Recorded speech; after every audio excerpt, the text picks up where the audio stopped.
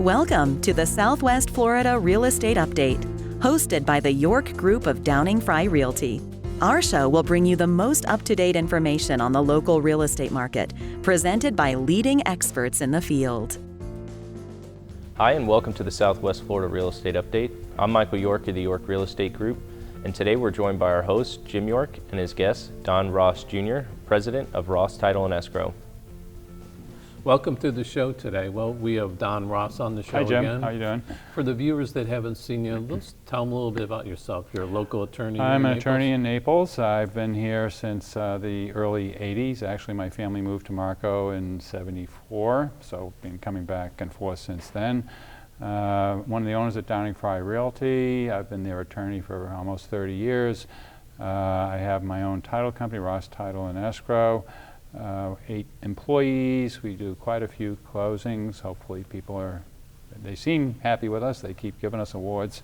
And own law firm. So, we try to prioritize returning phone calls, being nice to people. Everything gets returned by end of the day.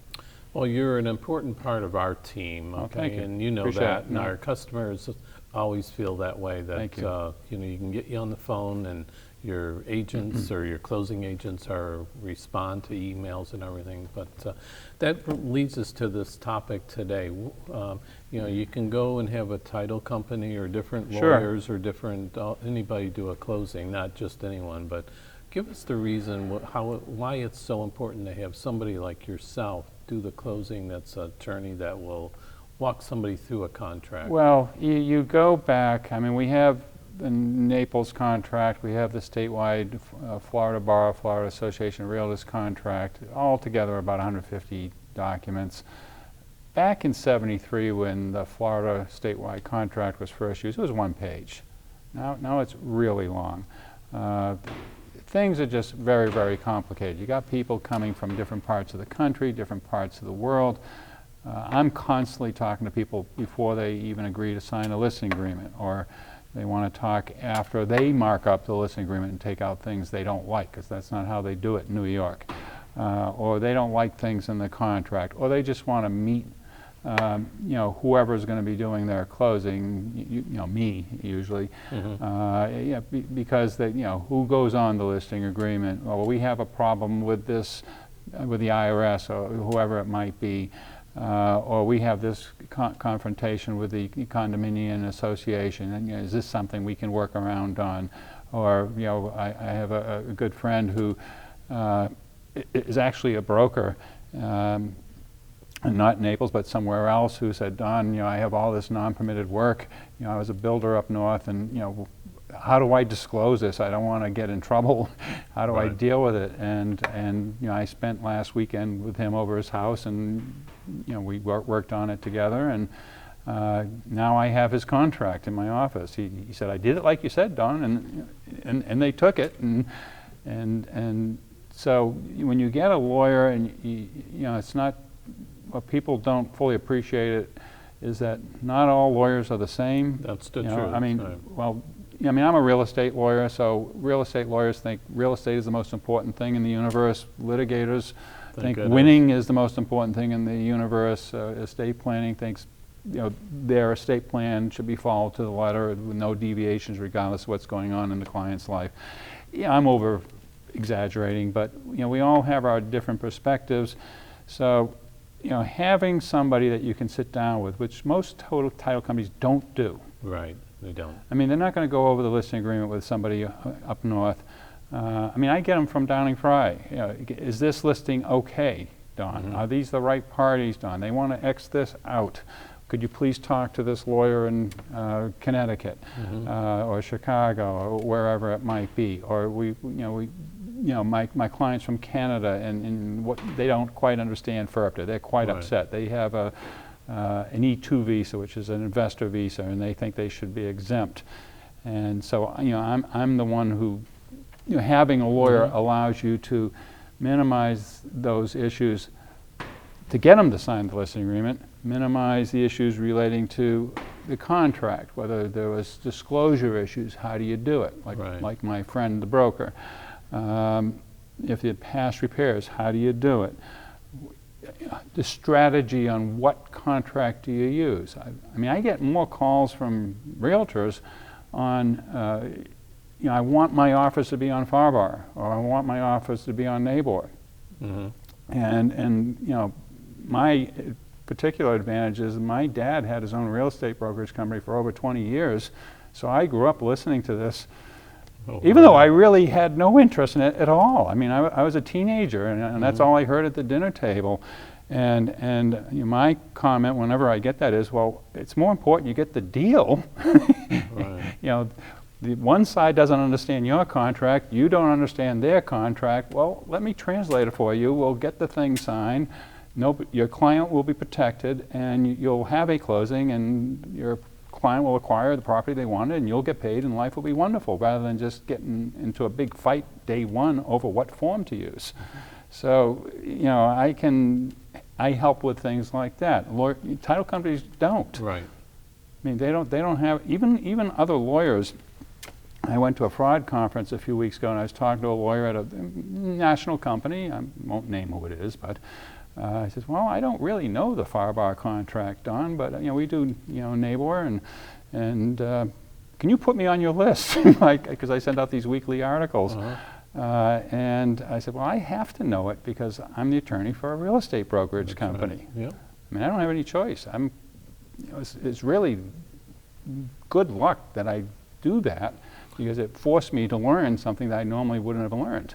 How does the real estate brokerage handle when you start making changes to contracts? The broker usually calls me because they're worried about being sued, obviously. You put something in MLS and you say it's $400,000, Right. and you have some realtor from another company bring in a full price cash offer.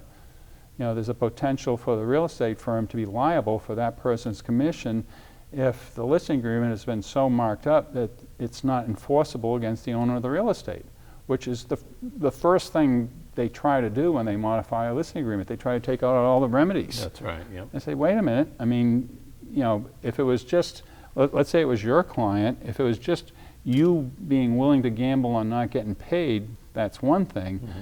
But if it's you being liable if it's your listing and somebody from another company brings in somebody at full price, Right. and the seller says, I don't feel like it, my wife's changed her mind, whatever it is, somebody got ill, the stock market went down, whatever the situation might be, now you have liability because you put it in MLS, and that's essentially a contract with other realtors that they will get paid if they do this service. That's right, yep. And if underlying all that promise to the other realtors, if you have a document that's garbage, the real estate firm's at risk, and the real estate firm puts it on you.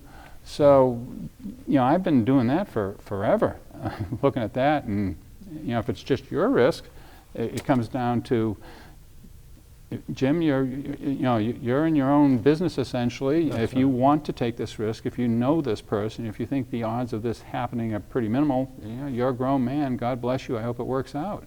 And we support our agents, but educating people on the risk they're running into by virtue of that selling agent from another company who, in good faith, makes an offer and it's full price. Yeah. They don't think that far ahead, and they didn't go to law school, so how would they even know that? So I get the pre-listings, I get a lot of, this is my best friend, so I'm a realtor, I'm not charging a commission, will you handle everything, Don? Will you prepare the contract? Will you meet with them? And we try to get the sellers and buyers around the conference room table, and I hit like 5 or 6 points in the contract, so you manage the expectations from day one. This is what the contract covers, this is what you can inspect for, this is what's cosmetic, this is what's working condition. If it's 20 years old, you don't get a new air conditioner, the normal Nabor stuff. And how you handle as-is contracts.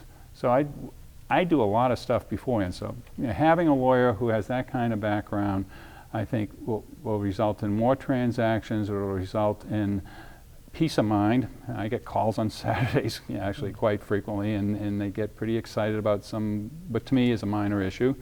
And if I can talk to them on a Saturday, you give them peace of mind, they're fine. if they use somebody else and they don't get them on Saturday, by Monday it's World War III and they're calling the New Jersey attorney. Before we go into some of the differences Sure. that you've had some recent comments on or talked to people about, we're going to take a little short break Sure. from New York Real Estate Group and Don Ross, Title and Closing, and Yeah. we'll be right back in 1 minute. Thank you.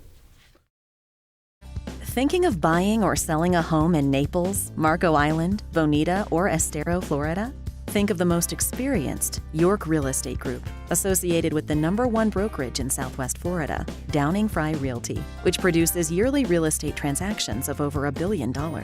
Jim, Michael, and Morgan make up the York Real Estate Group of Downing Fry Realty, with over $275 million in sales transactions, along with offering over 25 combined years' experience in the local market.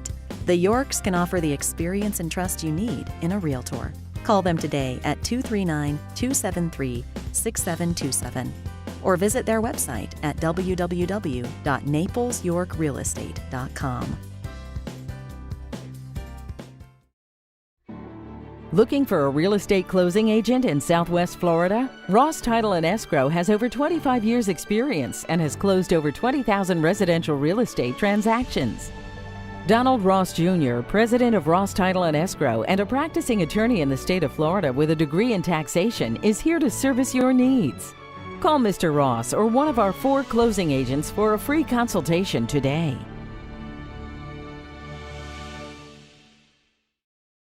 Welcome back. Don, we were talking off camera here a little bit about some of the items that you have on your cards. Sure. Here. So let's just talk about My handy those. dandy cards. Right. Three basic cheat points sheet. that my cheat sheet. Well, my son told me to use the cards. So I use think the it's a cards. good idea. Well, I do what I'm told. So. We don't want you to forget anything. Anyways, lawyers versus title company, we get involved in negotiations. Right. That's point 1. Point 2 would be drafting language. I mean, under the NABOR contract, you have other terms and conditions, and lots of times people will add language to it, and because they're non-lawyers, it's incomplete, it's imprecise, it's what we call precatory language, wishing for something rather than making it mandatory. And us as real estate agents, we shouldn't be doing that. I mean, No, that's I might write something up and ask you or email to you, and you'll say I should change this word or whatever. Yeah, plus you might not remember that in page 8 there's a paragraph that might cause some issues with what you're drafting. Okay. So, and a lot of times they don't give any explanation of what's going to happen if what the seller wants doesn't happen. So, if there's lease, seller will lease the property back for $2,000. That was in other terms and conditions. That was it, one sentence. Yesterday I was talking to a realtor about it. It didn't talk about whether there'd be an actual separate lease drafted. Would there be a deposit? Who's maintaining the yard? Who's maintaining the pool? What happens if the air conditioner blows? Who's responsible for that? Sometimes you want to use the addendum to sales contract post-closing occupancy, which is 1 page. Sometimes you want a lease. I had a second realtor yesterday. I had 2 of these on the same day, asking, what's the difference, Don, between using the pre and post occupancy addenda, which is just 1 page, versus a lease. Because one form will talk about how if the seller doesn't get out, the buyer can sue for ejectment, which is just a regular run-of-the-mill lawsuit with no expedited hearings. You're not going to get them out in 30 to 60 days like you would with an eviction, versus a lease where you could get them out in 30 to 60 days like an eviction. I had one the day before that where the exact same issue, but the sellers were going to stay there 10 to 12 months. And this one they were also arguing about the pests, spraying the yard and taking care of the pool. And my buyer is from New Jersey, and he's, I'm from Massachusetts, so we're kind of similar. We're not filled with trust, I suppose. He says, I want the lease. I want it to be very precise on who's responsible for what maintenance responsibilities they have. 1 page just doesn't cover all that. It's just a general indemnification. And I want the expedited hearing. I want to be able to sue for eviction if the seller just, for whatever reason, their new home isn't finished and they're going to stay, and suffer the consequences.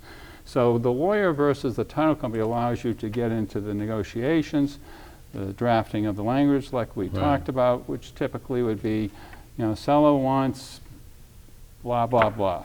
And I always, words, you have to be precise. I want to win the lottery. That's right. I bought one ticket my entire life. It's not going to happen. Right. So I'll change it. I don't like the word want. This seller shall be entitled to, or seller shall get a credit for, or the buyer shall get a credit for, and if they don't, or this is contingent upon the sale of another home, and we have a form for that as well. But if it's something that the form doesn't quite cover, we got to draft the language. And what happens if it doesn't happen?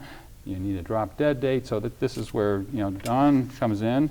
And then out-of-town buyers, that's point number 3. I'm from Massachusetts. My family is New York. I have kids who lived in Virginia, Maryland, Georgia, this state, family up and down the coast. So I always, if I have an out-of-state client, I can immediately put them at ease because I either know somebody from where they're from, Right. or I've lived there, or I can point out certain things that they don't have up there that they're going to run into down here. Yeah. Mold is more of an issue down here, things like that. And once they get to talk to the attorney who has some familiarity with where they're from, Right. they're more relaxed. They're more comfortable. They feel like, oh, I'm glad I called. This should go well, and it usually does. So keeping people comfortable and warning them ahead of hand, what the mold report's going to look like, or what kind of things come up in the inspection, and don't go crazy until you and I talk, and don't sign condo receipts until you and I talk, things like that. The attorney can do that. The title companies generally cannot. Yeah, it's nice having you with us as a team. Really? Yeah, I mean, I'm just telling our viewers this is that, you're such a big asset to us and even and to our clients. I mean, they able to sit on the phone, sit down with you. They can call you. I mean, this week we've had a couple people talk to you about developer contracts. I mean, it's we don't know everything as agents, and we're only can do certain things too. We're not an attorney. Well, so, it helps if you actually like people. Right. And, I mean, I had a lady. I did a closing for a few days ago, and I did closings for her parents, and it's always a compliment when the kids of prior clients come by. And she brought me a book from her deceased mom's closet, because her mom used to give me books. Right. So we always talk about things other than the deal. You talk about their life. If I know a little more about their life, I can advise them better on what's best in this deal. I mean, is this going to be where you're going to live for the rest of your life? Does this make you happy? I mean, do you really love it? And if you're a 70-year-old person, you might take that into consideration when you're getting excited about a $500 repair issue. Yeah. Well, Don, I appreciate you coming on the show, Well, and thanks for having me, Jim. Hope our viewers like that, and we'll see you next month, right? I guess. Yes, So, certainly. You poor guy. thanks a lot. We'll see you. Take care. Bye. Bye.